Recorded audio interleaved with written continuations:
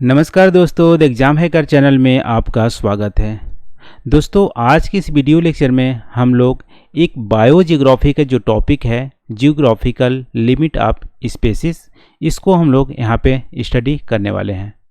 दोस्तों, इस टॉपिक से रिलेटेड यूपीएससी 2019 के जियोग्राफी पेपर 1 में एक क्वेश्चन पूछ लिया गया था, उसको भी हम लोग यहाँ पे सॉल्व करने वाले हैं। तो सबसे पहले क्वेश्चन देख लेते हैं कि क्वेश्चन 2019 के एग्जाम में, यूपीएससी के एग्जाम में क्या पूछा था। तो ये रहा दोस्तों question, amensalism is a biotic factor that determines the geographical limit of species, explain. सहजीवता एक जैव कारक है जो स्पीसीज की भौगोलिक सीमाओं का निर्धारण करता है, व्याख्या कीजिए। दोस्तों, ये 10 नंबर का क्वेश्चन था, इसको आपको 150 वर्ड में लिखना है।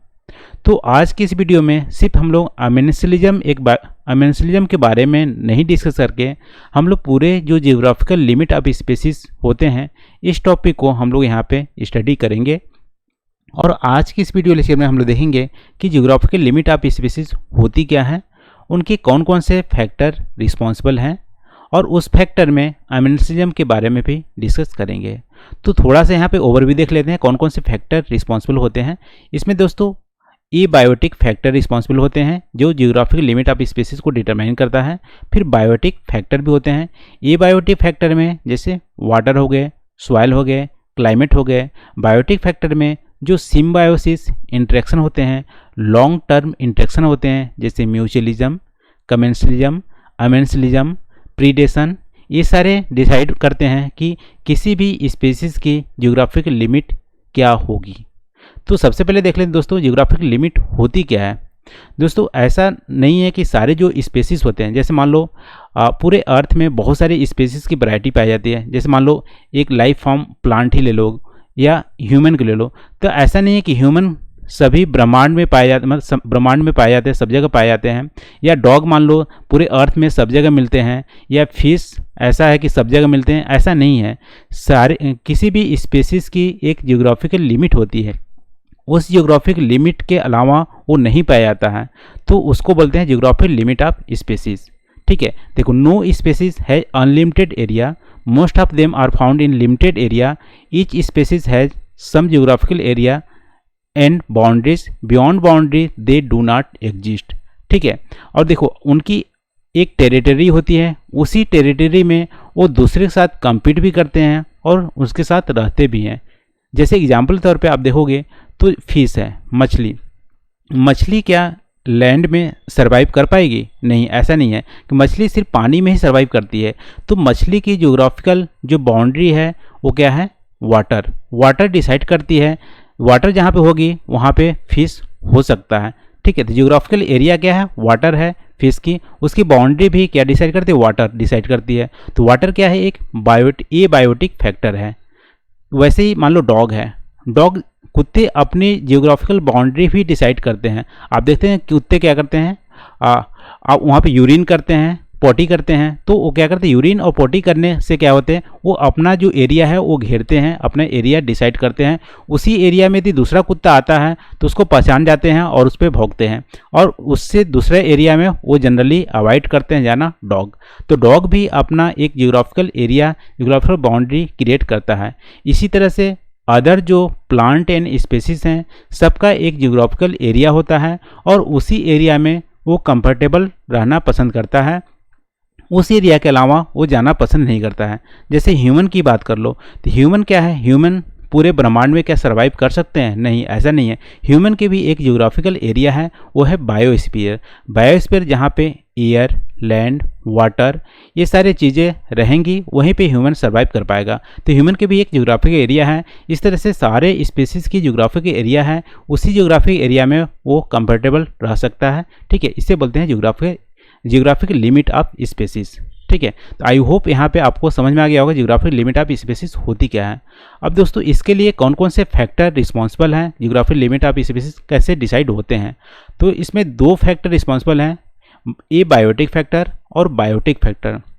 दोनों की कम्बिनेशन से भी लिमिट डिसाइड हो सकता है, या सिंगल बायोटिक एबायोटिक फैक्टर भी डिसाइड कर सकते हैं। जैसे मान लो वाटर डिसाइड करता है कि फिश होंगी कि नहीं, यानी कि एक जो एक्वेरियम या जो मैरीन जो एनिमल्स होते हैं, प्लांट्स होते हैं, वो वाटर के द्वारा डिसाइड होते हैं। ठीक है, तो जैसे एयर, सॉइल, क्लाइमेट, जैसे मान लो डिजर्ट एरिया में जो प्लांट्स पाए जाएंगे वो आपको ट्रॉपिकल रेन फॉरेस्ट में नहीं मिलेंगे, या ट्रॉपिकल रेन फॉरेस्ट में जो प्लांट पाए जाते हैं वो डिजर्ट एरिया में नहीं मिलेंगे, क्योंकि क्लाइमेट ये बायोटिक फैक्टर है जो उस स्पेसीज की ज्योग्राफिक लिमिट को डिसाइड करता है। तो वैसे ही दोस्तों ए बायोटिक फैक्टर के अलावा बायोटिक फैक्टर भी होते हैं। Biotic factor generally symbiosis interaction या लॉन्ग टर्म इंटरेक्शन से कनेक्टेड होते हैं, और वो जो कनेक्शन होता है, इंटरेक्शन होता है, वो डिसाइड करता है किसी भी स्पेसीज की बाउंड्री लिमिट क्या होगी या ज्योग्राफिकल लिमिट क्या होगी। तो उसके लिए जो सिम्बायोसिस रिलेशन है, इंटरेक्शन है, सारे ही रिस्पॉन्सिबल होते हैं। जैसे मान लो म्यूचुअलिज्म है, और कंपटीशन है, प्रीडेशन है, कमेंसलिज्म है, अमेंसलिज्म है। देखो म्यूचुअलिज्म में क्या होता है कि दो ऑर्गेनाइज्म दोनों ही बेनिफिट होते हैं, यानी दोनों साथ साथ रहते हैं और दोनों ही बेनिफिट करते हैं। कंपटीशन में क्या होता है कि दोनों ही compete करते हैं और दोनों को लॉस होता है।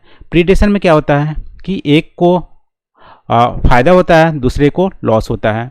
फिर कमेंसलिज्म क्या होता है, एक को फ़ायदा होता है, दूसरे को कोई भी नुकसान या फ़ायदा नहीं होता है। अमेंसलिज्म क्या होता है, एक को नुकसान होता है, दूसरे को फ़ायदा होता है। तो 2019 के एग्ज़ाम में जो पूछा था कि अमेंसलिज्म कैसे ज्योग्राफिकल लिमिट को डिसाइड करता है, उसको एक्सप्लेन करना है। तो इसको तो हम लोग एक्सप्लेन करेंगे, साथ में देख लेते हैं म्यूचुअलिज्म कैसे ज्योग्राफिकल लिमिट को डिसाइड करता है।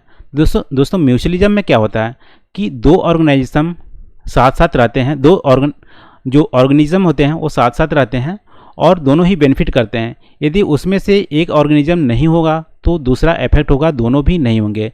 जैसे मान लो कि वेजिटेशन और जो पॉलिनेशन, जो बीज होते हैं वो एक साथ रहते हैं। यदि मान लो पॉलिनेशन नहीं होगा तो वेजिटेशन नहीं होंगे, और वेजिटेशन जहाँ पे नहीं होगा वहाँ पे पॉलिनेशन भी नहीं होंगे। तो दोनों में क्या है, म्यूचुअल रिलेशन है।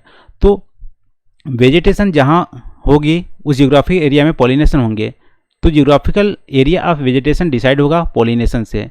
ठीक है, तो ऐसे ही मान लो कोरल रीफ होते हैं, तो कोरल रीफ में दो जो एक एनिमल होता है, एक प्लांट होता है। एनिमल बोलते हैं कोरल पॉलिप्स, और जो प्लांट होता है उसको अलगाई बोलते हैं। अलगाई में भी स्पेशल बोलते हैं, वो क्या है कि डायनोफ्लैगलेट अलगाई होती है। तो इस तरह अलगाई दोनों क्या है, दोनों में म्यूचुअल रिलेशन होती है। जहाँ पे कोरल पॉलिप्स पाए जाएंगे वहाँ पे ये अलगाई विशेष रूप से पाए जाएंगे, और अलगाई जहाँ पे मिलेंगे वहाँ पे कोरल पॉलिप्स पाए जाएंगे। तो जो देखो यहाँ पे कोरल पॉलिप्स का ज्योग्राफिकल जो लिमिट है वो मान लो लैंड पे कोरल पॉलिप्स नहीं पाए जाएंगे, या ऐसे डीप ओशियन में नहीं पाए जाएंगे। जहाँ पे डायनोफ्लैगलेट जो अलगाई है जहाँ पे मिलेंगे वहाँ पे भी कोरल पॉलिप्स पाए जाएंगे। तो ज्योग्राफिकल लिमिट यहाँ पे क्या है कि ये डिसाइड हो रही है ऑर्गेनाइजेशन के बेसिस पे। तो म्यूचुअलिज्म भी एक डिसाइडिंग फैक्टर है कि ज्योग्राफिकल लिमिट क्या होगी किसी भी स्पीसीज की। फिर देखो कंपटीशन से कैसे ज्योग्राफिकल लिमिट डिसाइड होती है। कंपटीशन से दो जो स्पेसीज होते हैं वो compete करते हैं रिसोर्सेज के लिए। जैसे मान लो लायन हो गया और चीता हो गए, दोनों ही compete करेंगे किसी भी प्रे को, यानी कि उसको खाने के लिए। तो दोनों ही compete करेंगे। अब दोनों ही क्या करेंगे, कंपटीशन करेंगे और एक अपना जियोग्राफिकल एरिया डिसाइड कर लेंगे कि यहाँ पे मैं प्रे करूँगा, यहाँ पे मैं प्रे करूँगा।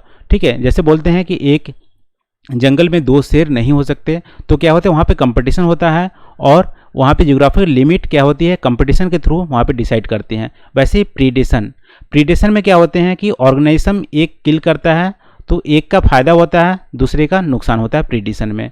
अब देखो रैबिट हो गया, खरगोश हो गए, खरगोश का एक ज्योग्राफिकल लिमिट होता है, वो अपने ज्योग्राफिकल लिमिट के से दूर नहीं जाता है, क्योंकि उसे डर होता है कि उस पर अटैक ना हो जाए। तो रैबिट जो होता है, रैबिट एक स्पेसिफिक ज्योग्राफिकल लिमिट में ही रहता है, उससे दूर अपना खाना मतलब अपना इकट्ठा करने नहीं जाता है। तो प्रीडेशन भी डिसाइड करती है कि ज्योग्राफिकल लिमिट क्या होगी स्पेसीज की। ठीक है, तो जैसे रैबिट का एग्जांपल देखें। फिर देखो कमेंसलिज्म क्या होती है। कमेंसलिज्म में एक बेनिफिट होता है और दूसरा को कुछ भी न बेनिफिट होता है ना ही हार्म होता है। तो देखो जो बेनिफिट होगा उसकी ज्योग्राफिकल जो एरिया होगी वो डिसाइड होगी अदर ऑर्गेनिजम्स में। जैसे मान लो यहाँ पे है गोबी फिश जो होती है, गोबी फिश की ज्योग्राफिकल एरिया जो डिसाइड होती है वो सी एनिमल के ऊपर होती है। यानी सी एनिमल जो बड़े एनिमल्स हैं जैसे डॉल्फिन हो गए, ठीक है, जो भी बड़े एनिमल्स हैं उसके ऊपर गोबी फिश होती है। और गोबी फिश जो अपना जो फूड जो गैदर करती है वो अदर सी एनिमल से करती है। देखो अदर सी एनिमल यहाँ पे बेनिफिट भी नहीं होता ना ही हार्म होता है, लेकिन गोबी फिश जो होती है वो बेनिफिट होती है। तो यहाँ पे कमेंसलिज्म एक इंट्रैक्शन है, उसके थ्रू क्या होती है गोबी फिश की ज्योग्राफिकल एरिया सी एनिमल पे पाई जाती है। ये गोबी फिश आपको अदर जगह पे नहीं मिलेगी, ठीक है। तो यहाँ पे ज्योग्राफिकल एरिया क्या डिसाइड हो रही है, कमेंसलिज्म से डिसाइड हो रही है। तो वैसे ही अमेंसलिज्म, अमेंसलिज्म, ठीक है, इसमें क्या है आज का क्वेश्चन भी पूछा है जो हम लोग डिस्कस करने हैं 2019 के एग्जाम में जो पूछा था कि अमेंसलिज्म क्या होते हैं, जो कैसे ज्योग्राफिकल लिमिट को यहाँ पे डिसाइड करते हैं। तो इसमें देखो, इसमें जो बायोटिक इंट्रैक्शन होते हैं उसमें वन जो ऑर्गेनिज्म होते हैं वो क्या यहाँ पे देखो माइनस और जीरो का रिलेशन होता है। यानी कि एक जो ऑर्गेनिज्म होते हैं वो दूसरे ऑर्गेनिज्म को हार्म करते हैं और हार्म करने से उसको बेनिफिट नहीं होता है। यानी कि एक ऑर्गेनिज्म में ना ही बेनिफिट होती है ना ही हार्म होती है, लेकिन दूसरा जो ऑर्गेनिज्म होता है वो हार्म होता है। अब देखो ये जो अमेंसलिज्म जो इंट्रैक्शन है वो कैसे डिसाइड करते हैं ज्योग्राफिकल लिमिट को, उसको देख लेते हैं। तो ये दो तरीके से ज्योग्राफिकल लिमिट को डिसाइड करते हैं। पहला होता है कंपटीशन, दूसरा होता है एंटीबायोसिस, ठीक है। एंटीबायोसिस, कंपटीशन में क्या होता है कि एक जो ऑर्गेनिज्म होता है वो compete करता है दूसरे ऑर्गेनिज्म को, तो दूसरा ऑर्गेनिज्म तो हार्म होता है, लेकिन जो कंपटीशन करता है वो ना ही बेनिफिट होता है और ना ही उनको हार्म होता है, ठीक है। यहाँ पे कंपटीशन पहला वाला कंपटीशन नहीं है, माइनस माइनस वाला नहीं है, यहाँ पे अमेंसलिज्म वाला कंपटीशन है। जैसे यहाँ पे मान लो बार्ली का जो पौधा होता है या सनफ्लावर का पौधा होता है वो क्या करता है कि वहाँ पे घास फूस नहीं उगने देता है। घास फूस नहीं उगने देता है, घास फूस न उगने से बार्ली और सनफ्लावर की कोई ज़्यादा बेनिफिट नहीं होती है। लेकिन यहाँ पे क्या है कि कंपटीशन या अमेंसलिज्म क्या इंट्रैक्शन है, उसके थ्रू क्या होती है बार्ली अपना क्या ज्योग्राफिकल एरिया, जो बार्ली का ट्री होता है या सनफ्लावर का ट्री होता है वो ज्योग्राफिकल एरिया अपना डिसाइड कर लेती है, वहाँ पे घास फूस उगने नहीं देंगी। एक कंपटीशन का एग्जांपल है। फिर देखो एंटीबायोसिस एक इंट्रैक्शन होती है जो अमेंसलिज्म से ही होती है।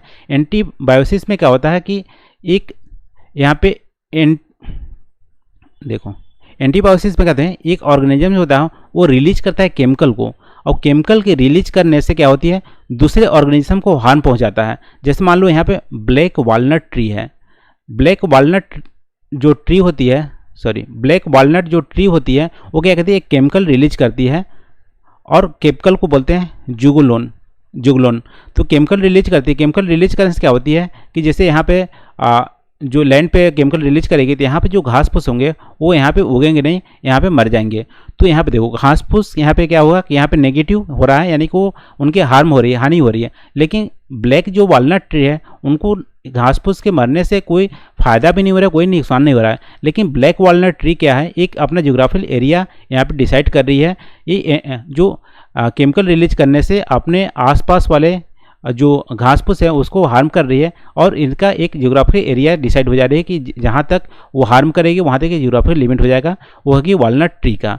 तो ऐसे ज्योग्राफिकल लिमिट डिसाइड होती है एंटीबायोसिस से और कंपटीशन से। दोनों ही अमेंसलिज्म का एग्जाम्पल है। अमेंसलिज्म क्या होती है कि एक ऑर्गेनिज्म दूसरे को हार्म पहुंचाता है, लेकिन हार्म पहुंचाने से उसको ना ही फायदा होता है ना ही नुकसान होता है, ठीक है। तो ऐसे अमेंसलिज्म क्या होती है कि ज्योग्राफिकल लिमिट को यहाँ पे डिसाइड करती है। तो आज की वीडियो बस इतना ही दोस्तों। यहाँ पे हम लोग डिस्कस किए कि ज्योग्राफिकल लिमिट ऑफ स्पीसीज होती क्या है और उनके लिए कौन कौन से फैक्टर रिस्पॉन्सिबल हैं, जैसे बायोटिक एबायोटिक फैक्टर दोनों में हम लोग डिस्कस किए। और यहाँ पे हम लोग ट्राई किए कि जो स्पीसीज़ हैं या कोई भी लाइफ फॉर्म है उनकी ज्योग्राफिकल लिमिट कैसे डिसाइड होती है। जैसे अभी यहाँ पे जो क्वेश्चन पूछा था कि अमेंसलिज्म में कैसे रिस्पॉन्सिबल है, ज्योग्राफिकल लिमिट को कैसे डिसाइड करते हैं। तो यहाँ पे हम लोग देखें कि जो केमिकल रिलीज करती है black walnut tree, chemical release करने से क्या होती है जो चारों तरफ की जो घासें हैं वो मर जाती है। तो ब्लैक वॉलनट ट्री जहाँ तक केमिकल रिलीज करती है वो उसका ज्योग्राफिकल लिमिट हो जाता है, ठीक है। तो ऐसे जो बायोटिक इंट्रैक्शन होते हैं वो ज्योग्राफिकल लिमिट को यहाँ पे डिसाइड करते हैं। तो आज की वीडियो में इतना ही दोस्तों। आई होप यहाँ पे जो हम लोग डिस्कस किए हैं आपको समझ में आए होंगे। तो थैंक यू फॉर वॉचिंग। मिलते हैं अगले वीडियो में नए टॉपिक के साथ। Thank you.